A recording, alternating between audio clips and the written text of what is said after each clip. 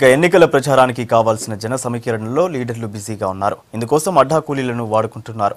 వాళ్ళు కూడా పార్టీల ప్రచారం వైపు మొగ్గు చూపిస్తుండటంతో నిర్మాణ రంగ పనులు వాయిదా పడుతున్నాయి.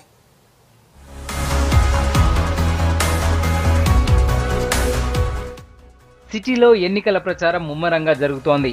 అభ్యర్థుల తరపున ప్రచారంలో కూలీలే ఎక్కువగా కనిపిస్తున్నారు. కూలీలంతా రాజకీయ పార్టీ కార్యకర్తల్లా మారి ప్రచారం చేస్తున్నారు.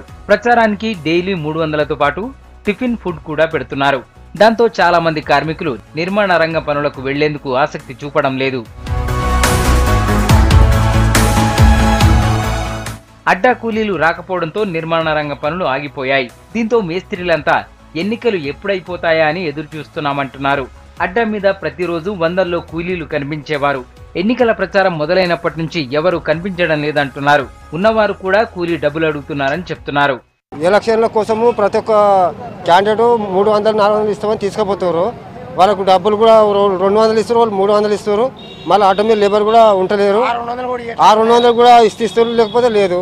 ఈ పని కూడా మాకు సరిగా టైంలో దొరుకుతలేదు. ఇప్పుడు వారం 10 నుంచి కనిపిస్తలేదు. అందరు ఎలక్షన్లకు వెళ్ళిపోతారు. ఎలక్షన్లు అయిపోతే మళ్ళీ మా పని మాకు నడుస్తుంటుంది అన్నట్లు. మరోవైపు కొందరు కూలీలైతే పనికి వెళ్లేందుకే ఆసక్తి చూపుతున్నారు. ప్రచారానికి వెళితే కూలీకి పోయిన దానికన్నా తక్కువ డబ్బులు ఇస్తున్నారని చెప్తున్నారు.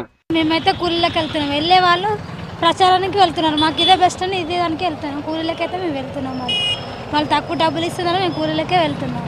ప్రచారానికి వెళ్తే 200, 100 ఇట్లా ఇస్తున్నారు. కూలికి వెళ్తే మాకు కూలి పని చేసుకుంటున్నాం కాబట్టి మాకు 500 వస్తున్నాయి కాబట్టి మేము కూలికే బెస్ట్ అని కూలికే వెళ్తున్నాం.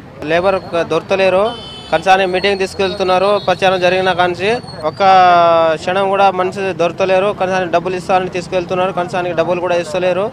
ఎన్నికలు అయిపోయేంత వరకు కూలీల కొరత తప్పడం లేదు. ఎలక్షన్స్ తర్వాత సరైన పని దొరికే వరకు కష్టాలు తప్పవంటున్నారు అడ్డా కూలీలు.